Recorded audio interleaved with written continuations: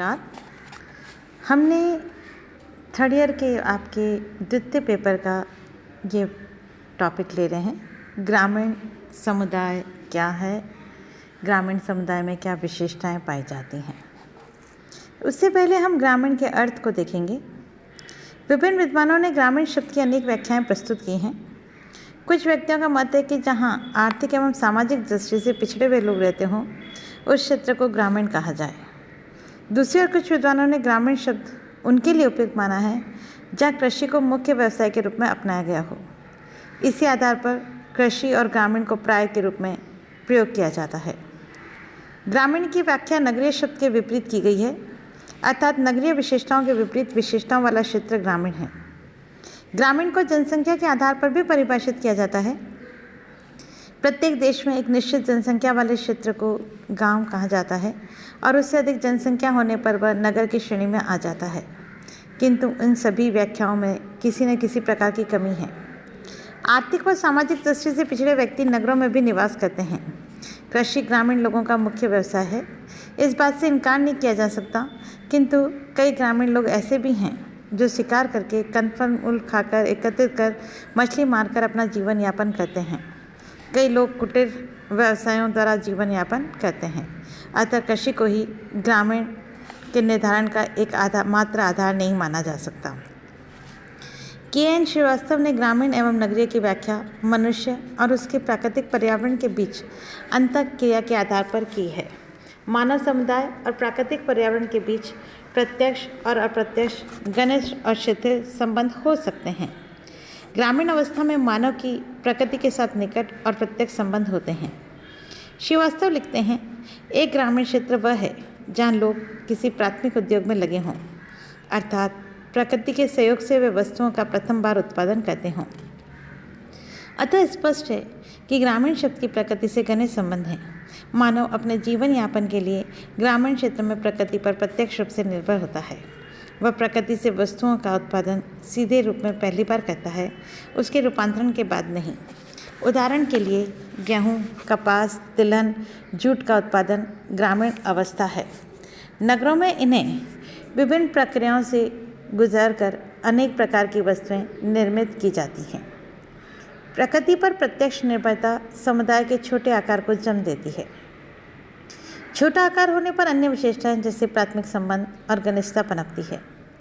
Landes ने ग्रामीण शब्द की व्याख्या के लिए 3 बातों को विशेष महत्व दिया है: प्रकृति पर प्रत्यक्ष निर्भरता, सीमित आकार, घनिष्ठ और प्राथमिक संबंध। इस प्रकार लैंडेस के अनुसार ग्रामीण वह क्षेत्र है जिसके निवासी प्रत्यक्ष रूप से प्रकृति पर निर्भर हों, जिसका आकार सीमित हो और जिसमें घनिष्ठ एवं प्राथमिक संबंध पाए जाते हों। बर्ट्रांड ने ग्रामीणता के निर्धारण में 2 आधारों, कृषि द्वारा आय अथवा जीवन यापन और कम घनत्व वाला जनसंख्या क्षेत्र को प्रमुख माना है। संक्षेप में ग्रामीण शब्द के प्रयोग में जो बातें मुख्य हैं वे हैं प्रकृति पर प्रत्यक्ष निर्भरता, सीमित आकार, घनिष्ठ और प्राथमिक संबंधों की प्रधानता, कृषि द्वारा जीवन यापन तथा जनसंख्या का कम घनत्व। फिर हम देख रहे हैं ग्रामीण समुदाय। ग्रामीण तथा समुदाय की पृथक पृथक व्याख्या के बाद हम ग्रामीण समुदाय की व्याख्या कर सकते हैं। ग्रामीण समुदाय ऐसे समुदाय हैं जो प्रकृति पर प्रत्यक्ष रूप से निर्भर हैं, जिनका एक निश्चित स्थान है, जिनकी आजीविका प्रकृति से प्रथम बार उत्पन्न हुई वस्तुओं से चलती है तथा जिनका आकार छोटा होता है। इन समुदायों में घनिष्ठता, निकटता, प्राथमिक संबंध, अनौपचारिकता और समानता पाई जाती है। ग्रामीण समुदाय की परिभाषा करते हुए मैरेल तथा एल्ड्रिज लिखते हैं, ग्रामीण समुदाय के अंतर्गत संस्थाओं और ऐसे व्यक्तियों का संकलन होता है जो छोटे से केंद्र के चारों ओर संगठित होते हैं तथा सामान्य प्राकृतिक हितों में भाग लेते हैं। ग्रामीण समुदाय में मानव के सभी हितों की पूर्ति होती है। सिम्स के अनुसार समाजशास्त्रियों में ग्रामीण समुदाय को ऐसे बड़े क्षेत्रों में रखने की प्रवृत्ति बढ़ रही है जिसमें समस्त तत्वों अधिकतर प्रमुख मानवीय हितों की पूर्ति होती है। सैंडरसन ग्रामीण समुदाय को परिभाषित करते हुए लिखते हैं, एक ग्रामीण समुदाय में स्थानीय क्षेत्र के लोगों की सामाजिक अंतर्क्रिया और उनकी संस्थाएं सम्मिलित हैं, जिसमें वह खेतों के चारों ओर बिखरी झोंपड़ियों तथा पूर्वा या ग्रामों में रहती हैं और जो उनकी सामान्य क्रियाओं का केंद्र हैं। इस प्रकार हम कह सकते हैं कि ग्रामीण समुदाय में सांस्कृतिक और सामाजिक समानताएं पाई जाती हैं। वहाँ अनौपचारिक और प्राथमिक संबंधों की प्रधानता होती है। जनसंख्या का घनत्व कम होता है, अतः उनका आकार लघु होता है और वे कृषि तथा प्रकृति पर निर्भर होते हैं। ग्रामीण समुदाय को अधिक स्पष्ट समझने के लिए हमें उसकी विशेषताओं को देखना होगा। ग्रामीण जीवन की ये अंग मानी जाती हैं और इन्हीं विशेषताओं के आधार पर ही गांव और नगर में भेद किया जाता है। ये विशेषताएं निम्नलिखित हैं। सबसे पहला, जीवन यापन प्रकृति पर निर्भर। ग्रामीण समुदाय के लोगों का जीवन कृषि, पशुपालन, शिकार, मछली मारने एवं भोजन संग्रह करने आदि की क्रियाओं पर निर्भर है। इन सभी कार्यों के लिए व्यक्ति को प्रकृति के प्रत्यक्ष और निकट संपर्क में आना होता है। भूमि, मौसम, जंगल सभी प्रकृति के ही अंग हैं। मौसम के अनुरूप व्यक्ति अपने को ढालता है और व्यवसाय की प्रकृति को प्रभावित करने में प्राकृतिक अवस्थाओं का महत्वपूर्ण हाथ होता है। वर्षा, शीत, गर्मी आदि कृषि को प्रभावित करते हैं और कृषि ग्रामीणों का मुख्य व्यवसाय है, जबकि नगर का जीवन आधार उद्योग है। इससे नगरवासियों का प्रकृति से अप्रत्यक्ष संपर्क होता है। वे मशीन, कोयला, कारखाने, लोहा, धातु आदि निर्जीव पदार्थों के अधिक संपर्क में आते हैं। नेक्स्ट है समुदाय का छोटा आकार। प्रकृति पर प्रत्यक्ष निर्भरता समुदाय के आकार को छोटा बनाती है। इसका कारण यह है कि कृषि कार्य अथवा पशुचारण में जीवन यापन के लिए प्रति व्यक्ति भूमि की मात्रा अधिक चाहिए, अन्यथा सभी लोगों का जीवन निर्वाह संभव नहीं हो पाता और उन्हें स्थान छोड़कर दूसरी जगह जाना होता है। नगर उद्योगों पर आश्रित होते हैं, जहाँ हजारों आदमी एक ही व्यवसाय अथवा कारखाने में काम करते हैं। उनके लिए अधिक भूमि की आवश्यकता नहीं होती। यही कारण है कि नगरों का आकार बढ़ता जाता है। ग्रामीण समुदाय के लघु आकार के कारण ही इसमें ग्रामीण समुदाय और लघु समुदाय को एक दूसरे का पर्यायवाची मानते हैं। नेक्स्ट है कम जनसंख्या। गांव में प्रति वर्ग किलोमीटर जनसंख्या का अनुपात नगरों की तुलना में कम होता है। ग्रामीण लोगों के पास प्रति व्यक्ति भूमि अधिक होती है, क्योंकि कृषि कार्य और पशुचारण इसके अभाव में संभव नहीं है। ग्रामीण लोग जीवन यापन के विभिन्न स्रोतों के इर्द गिर्द बिखरे रहते हैं। जनसंख्या के कम घनत्व के कारण ग्रामीण क्षेत्र घनी बस्ती की समस्याओं जैसे स्वास्थ्यपूर्ण वातावरण का अभाव, गंदगी, बीमारी, मकानों की कमी आदि से सामान्यतः मुक्त रहते हैं। नेक्स्ट है प्रकृति से घनिष्ठ संबंध। ग्रामीण जीवन का प्रकृति से भी घनिष्ठ संबंध होता है। ग्रामवासी प्रकृति की गोद में ही जन्म लेते हैं और मरते हैं।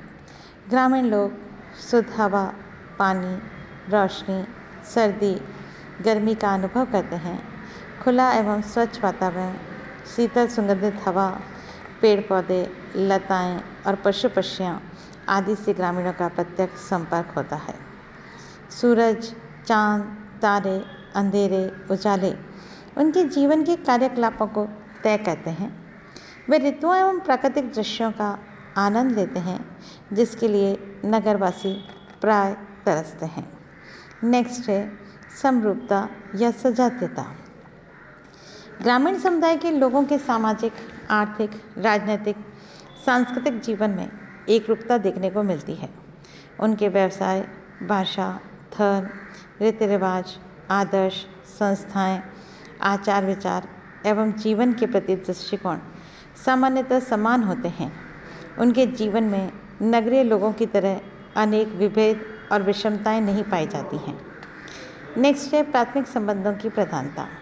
गांव का आकार छोटा होने से प्रत्येक व्यक्ति एक दूसरे को व्यक्तिगत रूप से जानता है। ग्रामवासियों में निकट, प्रत्यक्ष और घनिष्ठ संबंध होते हैं। ऐसे संबंधों का आधार परिवार, पड़ोस और नातेदारी है।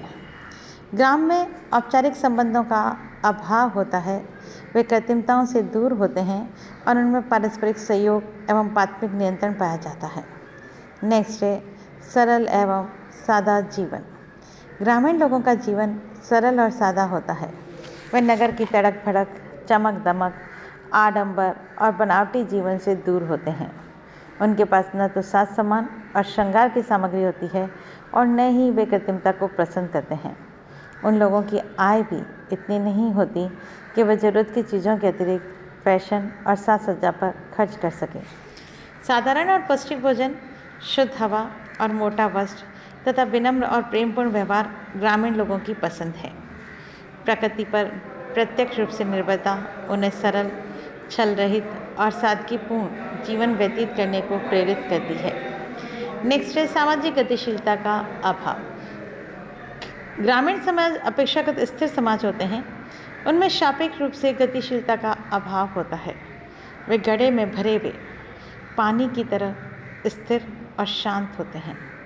वे परिवर्तन के प्रति सामान्यतः उदासीन होते हैं तथा जीवन जैसा चल रहा है उसमें कोई हेरफेर नहीं चाहते। ग्रामीण सामाजिक संस्करण इतना कठोर और अनमनीय होता है कि उसे बदलना बड़ा कठिन है।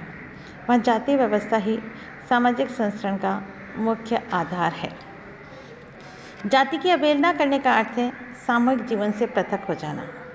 जातिगत व्यवसाय होने के कारण प्रत्येक व्यक्ति सामान्यतः अपने ही परंपरागत व्यवसाय में लगा रहता है। उसे त्याग कर अन्य व्यवसाय की ओर बढ़ने का आकर्षण उनमें नहीं होता। आज विभिन्न कारकों के संयुक्त प्रभाव से उनके जीवन के विभिन्न क्षेत्रों में कुछ गतिशीलता एवं परिवर्तन दिखाई पड़ने लगे हैं। नेक्स्ट है धर्म, प्रथा और रूढ़ियों का महत्व। ग्रामों में सामाजिक नियंत्रण के साधन अनौपचारिक होते हैं।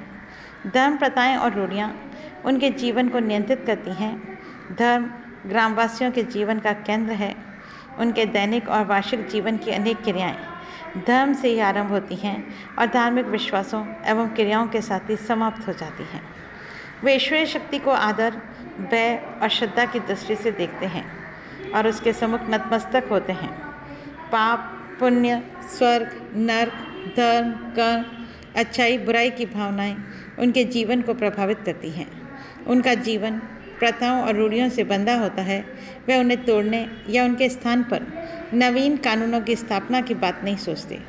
प्रथाओं एवं रूढ़ियों के वे अंधभक्त होते हैं। प्रत्येक व्यक्ति उनका पालन करता है, चाहे इसे इनके पालन से हानि ही क्यों न उठानी पड़े। बाल विवाह, मृत्यु भोज, विधवा पुनर्विवाह का अभाव, छुआछूत, दहेज आदि कुप्रथाएं हानिकारक होते भी अभी तक इन लोगों में प्रचलित हैं। नेक्स्ट है सामुदायिक भावना। गांव नगर की अपेक्षा छोटा होता है, अतः वहाँ के लोगों में अपने गांव के प्रति लगाव और सभी में हम की भावना पाई जाती है। नगरीय लोगों में व्यक्तिगत स्वार्थ की प्रधानता होती है, तो ग्रामीण लोग सारे गांव की भलाई की बात अधिक सोचते हैं। बाढ़, अकाल, महामारी और अन्य संकटकालीन अवसरों पर गांव के सभी लोग सामूहिक रूप से इन संकटों का मुकाबला करते हैं। वे ऐसे अवसरों पर देवताओं के यज्ञ, अनुष्ठान और पूजा कराते हैं। प्रत्येक व्यक्ति को इस बात का अभिमान होता है कि वह किसी न किसी गांव का सदस्य है। इस तरह से हमने ग्रामीण समुदाय की समस्त विशेषताओं को देखा। धन्यवाद।